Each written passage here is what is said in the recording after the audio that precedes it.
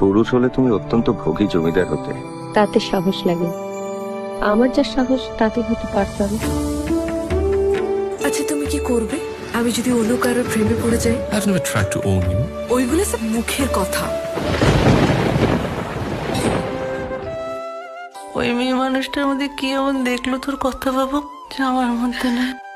Chitrangada is conditioned to be a man. That's how she's brought up. ও ভাঙন ধরানো মেয়ে, ওর হাতে যা পড়বে সে আর আস্ত থাকবে না।